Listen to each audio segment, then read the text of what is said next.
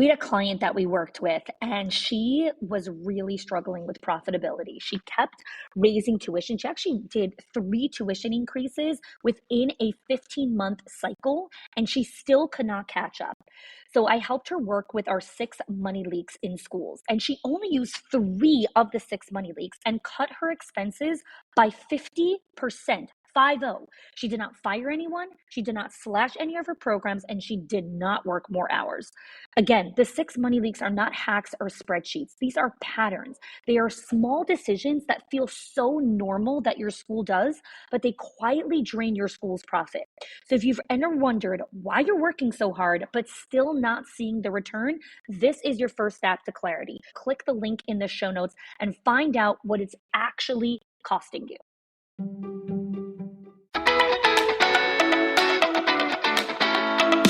Welcome to the Schools of Excellence podcast, where we have conversations about education, leadership, and building a school of excellence. The goal on this show is to bring you clarity, up-level your mindset, and give you practical strategies and inspiration so you can show up with confidence and trust your decision-making. I'm Chani Wolshansky. I'm a mom of 4 under 10, a former New Yorker, and been in the early childhood field my entire life. And I'm so grateful that you've joined me for this conversation.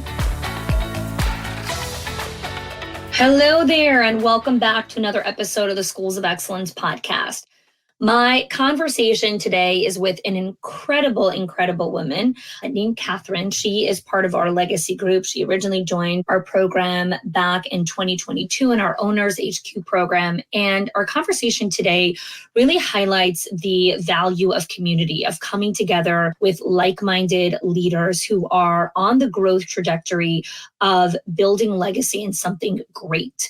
She really highlights how bringing core values changed her school, created a culture of accountability, and how being inside of Schools of Excellence has really up-leveled the quality of her thinking, her mindset, and in general, just other parts of the quality of life. So I hope you enjoy my conversation with Catherine. I am Catherine Doberstein. I am the owner of Little Scholars Academy of Kannapolis. We are located in the suburbs of Charlotte, North Carolina. And I joined School of Excellence almost 2 years ago, right after attending the summit. And I found out about you from my director of education. She had told me about your podcast, so I started listening to you, and you kind of mentioned something about the summit. And I remember messaging you and like, what's all the summit about? Because it was exactly the type of group and people I wanted to be around. So we went to the summit in 2022 of March, my husband and I, and it was an amazing experience. We met, you hooked us up with other people that just were so like-minded, and it was exactly what we were looking for. So when you came to the event, it was your first experience with Schools of Excellence at an event, which is always, in general, overstimulating, oversensory. There's lots of people, there's lots of content. I'd love to hear, what did you hear? What was kind of resonating with your heart at the time that you were like, this is where I need to be. This is the community that I want to join. Well, coming into it, I had been looking for community and other business owners, young business owners, just in general, to be around and surrounded by that. But I didn't really realize there was a whole group of early childhood leader business owners. So coming into that, I was very kind of excited. And then once I actually started talking to people and hearing your content, I'm like, wow, there's actually other early childhood leaders that really want to be that higher level of education for children. And that's where I wanted to become. And now to be surrounded by other people that are the same really meant a lot to me. And I knew this was where I needed to be.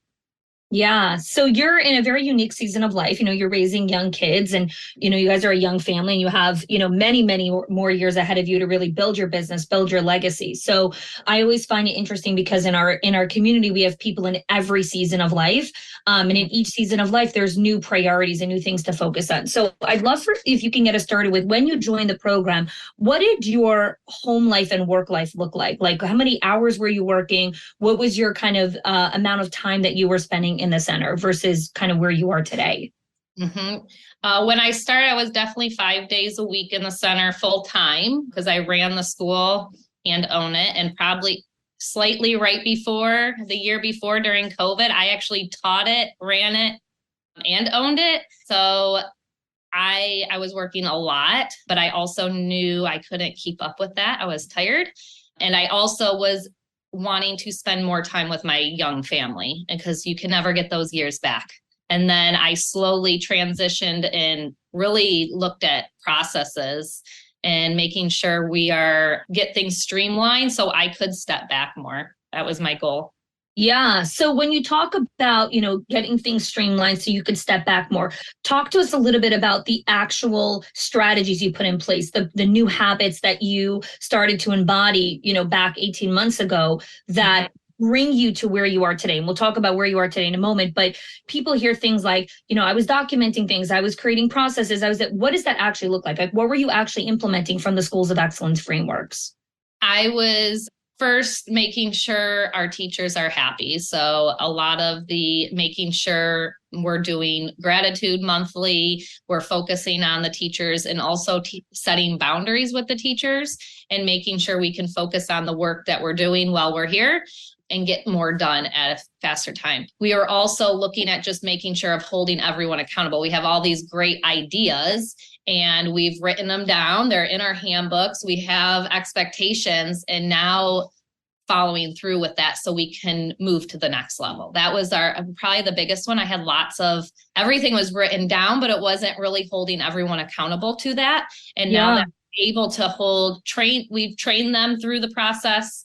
We've told them what to expect and what to do. And then once they're not doing it now, they pretty much know they're not doing it when we sit them down and talk to them. But our process is and just training them to what you want. Make sure you say everything. Can't expect them to know anything. So I've learned just go through the whole thing with everyone so everyone's on the same page and then holding them accountable. My biggest one was training a director that I never trained before. So making sure what I would do, I can give it on to her so she can do the same thing. And what I've learned with you is following your values, which that was always new to me. Like I had no values. Now we have values that we can go back to and say, is it meeting our value to make that decision? So I have so many follow-up questions here. So let's kind of, break some stuff down. So let's get started we'll go to values in a moment, but the accountability piece, right? Yeah. One of the things that I found really unique about your role inside of the organization is you have a really in-depth knowledge of the curriculum and you guys are a Reggio inspired school. And so you didn't just own the school. You also had this vetted interest in the curriculum, in the way it was taught, in the way that teachers were engaging and communicating with children and engaging with families. Like you had this really clear vision of like what you wanted and you actually knew how to do it because, you were boots on the ground also. Yeah. And so I'd love for you to speak to how you really started to separate yourself from being the person that was doing everything to actually being the person that communicated the vision, that communicated the values and learned how to hold people accountable without fear and guilt. So, because that was your biggest transformation over the last years. You really morphed into a leader as opposed to just a really good employee who has worked inside of your company. Yeah. So that's a huge challenge for us as our philosophy because most people coming into our program don't have any idea about it. They may have heard of it in school, but they've never practiced it. So really setting that foundation from the time they hire and going through trainings and what it looks like in the classroom, having those expectations so they can learn them. What does it look like? I will say huge shout out to our education director, Melissa, who's really good with the philosophy. She comes twice a week. So I've passed that kind of on to her to meet with the teachers weekly, doing one-on-ones and really letting them bounce questions off of her because she is very knowledgeable in it because it's a learning process. We can't expect perfection at the beginning. It's definitely a learning process. Some things we have to just kind of walk away from at times and talk to them later on. Like that's not quite our philosophy, but they're learning from it. As long as we see growth, that's what we're looking for. But the holding them accountable, once they've been with us and they know things, we're starting to expect them to do it. So making sure they're kind of focusing on different growth things in their one-on-one, how are we going to meet this? How are we going to do it? Next one-on-one, are you kind of streamlining this now into your classroom? So yeah, really just making sure holding them accountable.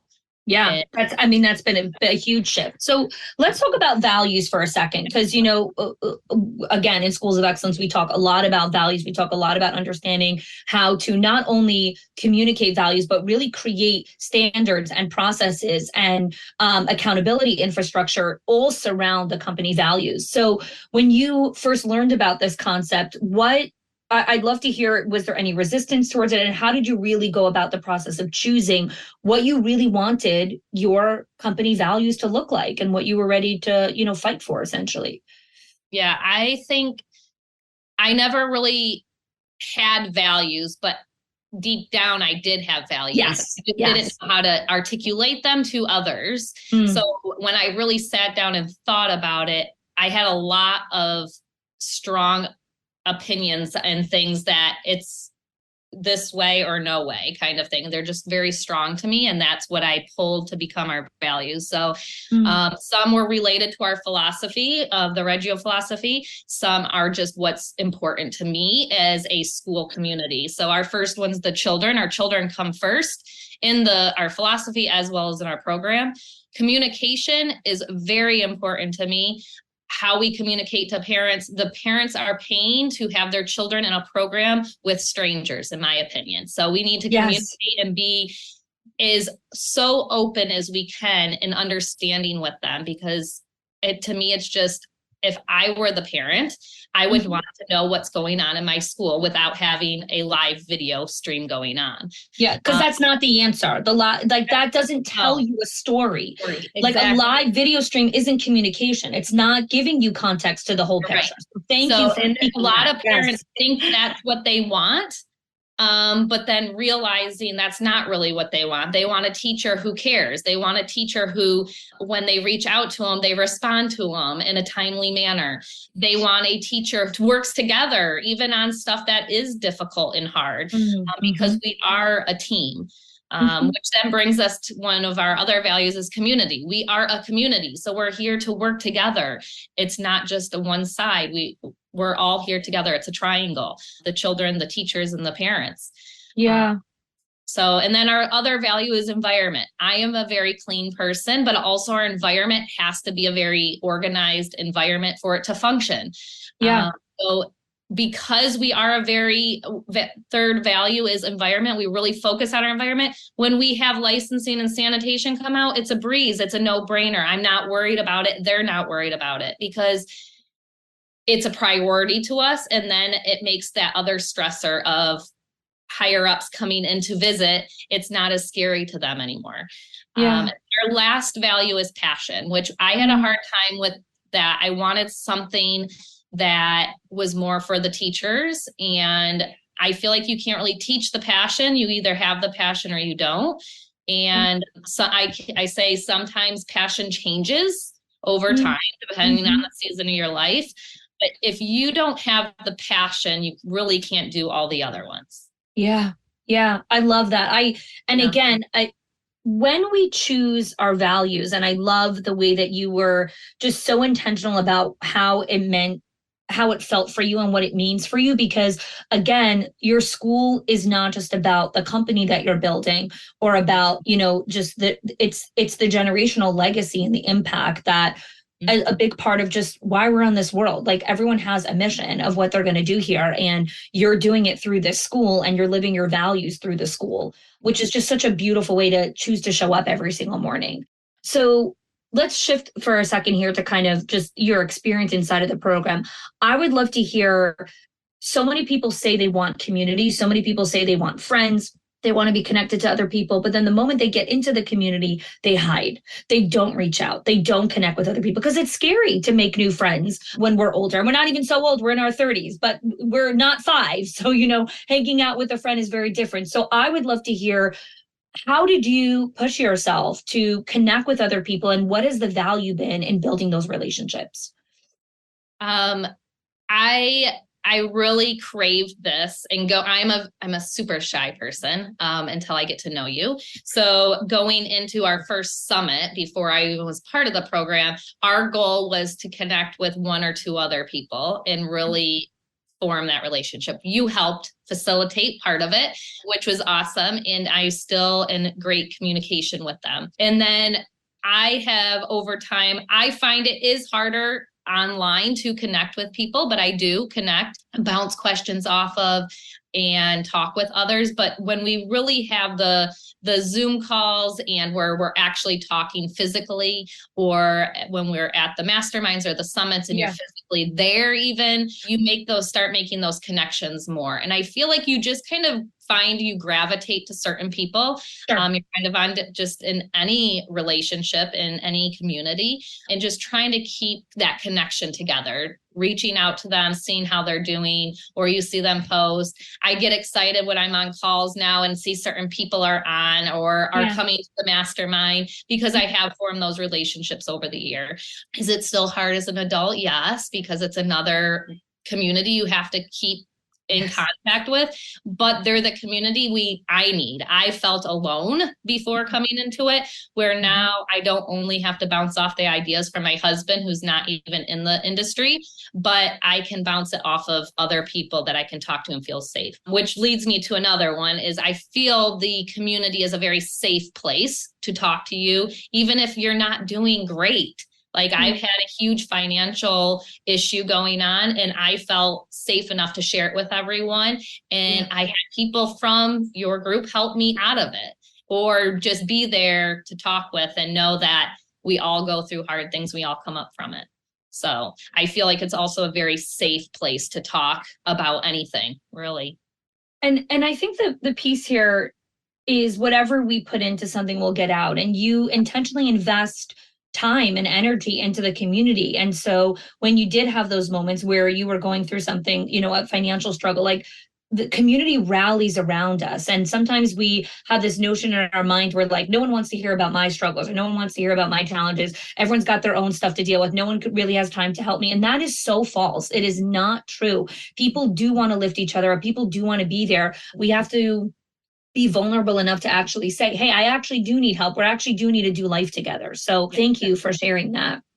So when you think about your journey over the last, almost 2 years, what were some of your unexpected surprises? You were like, wow, I didn't think that this would be, something that I would appreciate or something that I would enjoy, or I didn't realize this would, impact my parenting or my marriage or my relationships with other people. I find that Schools of Excellence is really this holistic approach to leadership, and it really does impact other parts of our life. So I'm curious where it impacted for you. I would say it definitely impacted family life because I went 5 days of actually doing the grinding to 2 days a week and focusing more on the future, as well as my family. So I still have, my youngest is 3. So now being able to spend a lot more time with her during these younger years. So I guess that was a huge surprise, that I'm able to step away enough and let the directors make those decisions without me being there 5 days a week. So that was a huge surprise, because I don't know if I would have said 2 years ago that I would only be working 2 days a week now, looking forward. But now I'm able to look more at the future and what the business is going to hold. So again, someone hears that going from 5 days a week to 2 days a week, that doesn't happen overnight. There's a process. And it's not just about the systems documentation. It's the mindset of who you're becoming. And I'd like you to speak to that, because we can give you, anyone, the best templates in the world, but you have to be the person that not only takes the action, you have to become that person that wants to actually, work 2 days a week and, inside of the center. So talk to us a little bit about how you've seen your mindset and the way that you think through problems shift over the last couple months. I would say I don't react as fast. I let it simmer. So I let it go. I'm not so reactive anymore. I let things sit and I think about it, because a lot of things can be handled if you don't react right away. So it right there is a time saving. Also, I find when I have uninterrupted time, it makes getting work done way easier. So some of the systems that you have, time blocking and things, have really helped me over the time. I've even trickled it into telling my husband he needed to do time blocking. I thought I was amazing on my time, and I'm even better now. So it's just really a different mindset, and having that slower process, thinking higher level, and not just your mind's cluttered with day to day. Yeah. So in the summertime and kind of early fall and September of this year, you were going through kind of, some big transitions inside of the center and things. I always say businesses are built to break, like they're supposed to break, and then we rebuild certain parts of them. And the business that we start with is never the business that we end up with. And, healthy turnover is a part of scaling, because people that start with us are not usually the people that are going to continue with us, because, we've evolved and we are going through our reinventions. So as much as you're willing to share, I'd love if you can share what that experience did for you, how it served you, and how you're coming out now on the other side of that. Mm-hmm. So I was doing, I would say, pretty well over the summer. I didn't lose any teachers at the end of our school year.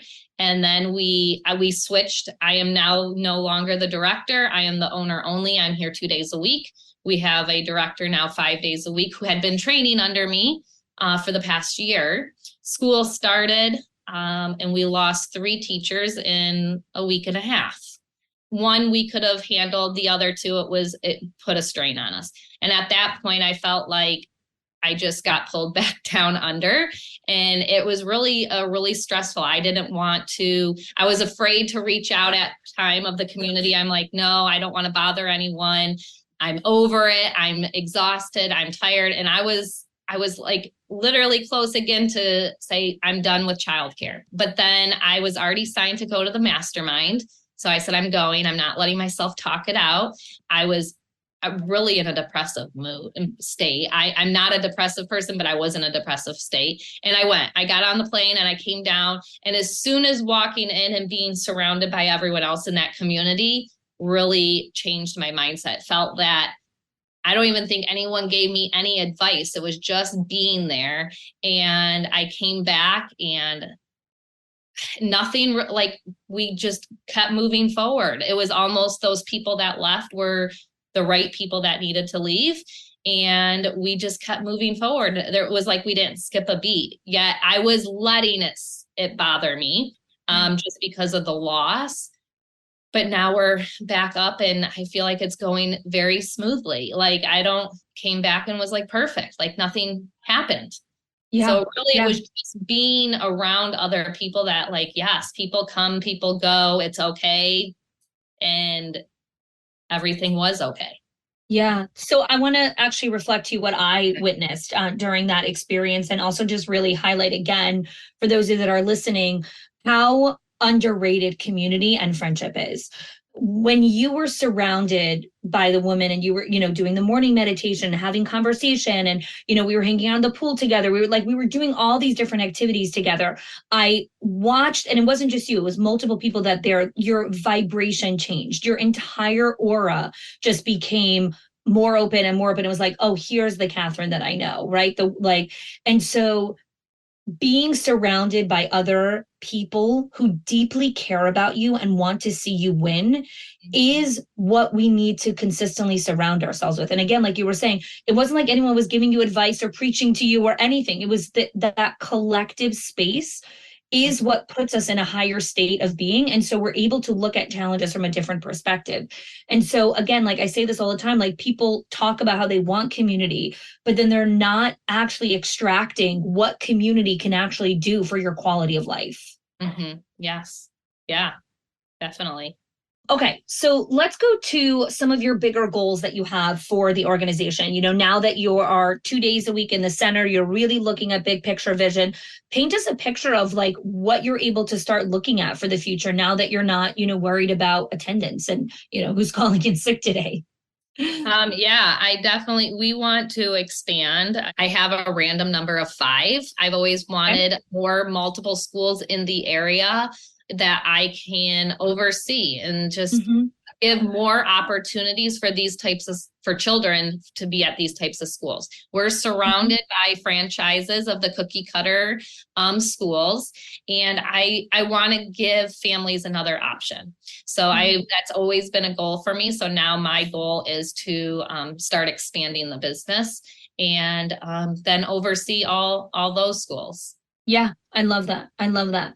So when someone's thinking about joining the program, whether they're joining owners or directors, I always find there's hesitation in the beginning, and not so much from a financial side, but a lot of hesitation of like, is this going to work for me? What if this? What if that? There's all these like, but I'm different, but my school is different. We kind of excuse our way through all of these things. And so I'd love for you to speak to when someone's thinking about joining, what would you tell them? If you are thinking, then it's probably the right thing to do. I like that. Yeah, because it's on your mindset. So it's most likely the best thing to do. But it depends on what you're looking for. If you want to grow and learn and change, it's a way of growing myself. I feel like leaders and owners and directors, there's not much for you out there. And this is a totally different mindset program, really. I would say one of hesitation that I thought like it was going to be a lot of work on my side, because like at the beginning of all the trainings you can do in the portals and stuff, I'm like, I don't know if I have any time for this because I'm already busy and doing 100 million things, but I did it at my own pace. I set a block of time each week to work on it. Did I hit it every week? No, but I got through it, and just doing a portion of it, things started to change and you had more and more time and you got more and more out of the calls. There was times that I didn't show up to the calls, and then other times I do show up to the calls. So you do go through ups and downs of being different seasons of your school, and it's okay not to be there.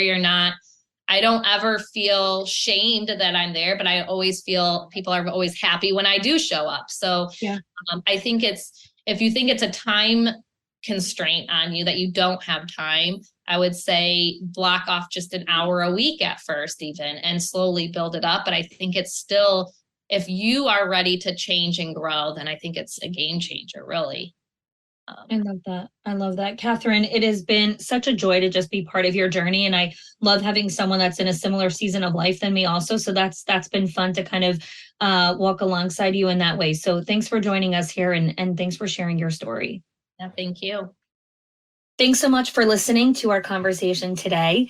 And here is a question I have for you. If you enjoyed today's conversation and you saw parts of yourself in what Catherine was sharing, and most importantly, if you're listening to it and you're like, I want community, I want to be surrounded by other people that when I walk into a room, I can already feel better. I want to have a space where I feel safe enough to bring up any topic of conversation that is going on. I want to be able to really create company values that not only are words that sit on a wall, but we actually live and breathe by them, and we create standards around them, and we create a culture of accountability and community and collaboration inside of our organization. Then I invite you to fill out an application. The link is in the show notes. We'll jump on a right fit call. We'll see if you're a right fit.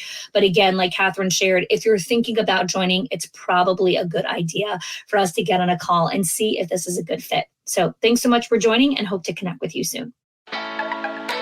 If you are loving the Schools of Excellence podcast and have gotten any value out of it for your school, I would love if you can do two things for me. One, subscribe to the show so you never miss an episode. And two, can you please leave us a review? Reviews help other school leaders know that this is the place to learn how to build a school of excellence. And I would be so grateful if you can do that for us. Your help and support makes this show to be able to be listened by the thousands of other school leaders all around the world. Thanks so much for listening, for giving us your time and attention each and every week. And I appreciate that you have joined us.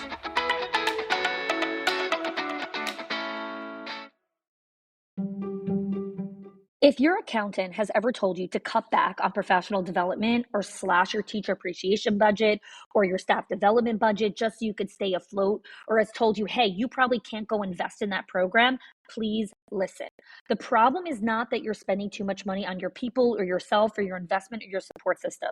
It's that your school has invisible money leaks that are draining your profit, leaks that no spreadsheet will ever catch or accountant. So I created the 6 money leaks of schools that show you the 6 core areas that schools lose money every single month without realizing it. If you close even one of them, your profits will start to soar without sacrificing your team. Go get it now and stop blaming the things that are actually building your school.